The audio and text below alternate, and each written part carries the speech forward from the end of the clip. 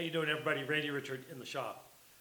Well, I'm finally back in getting a video made here.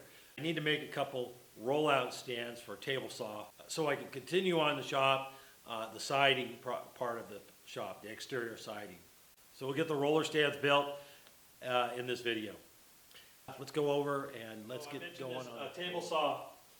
In a previous big update, or maybe the last shop update, this is a 10-inch Delta table saw. I plan on doing a pretty much basically a full restoration on this thing. It really needs it.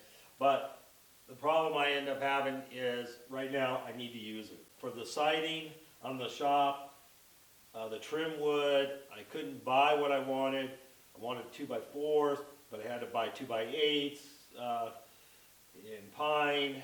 So I need to do some work on it. I need to cut them down and such. So rip them. And I have a large Delta unisaw actually in the shop, but I can't right now do a long board.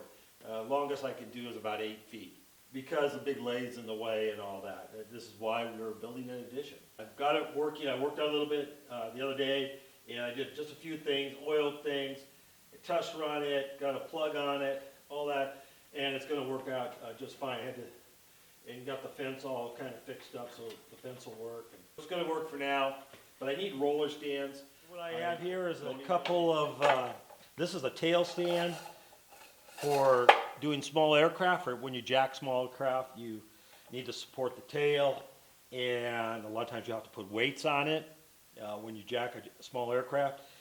That's why you have a big base, and this is adjustable right there. So we're going to use this one, and this is one of the jack stands right here that you would put under the wings with a jack. Actually, this would be over here, like so.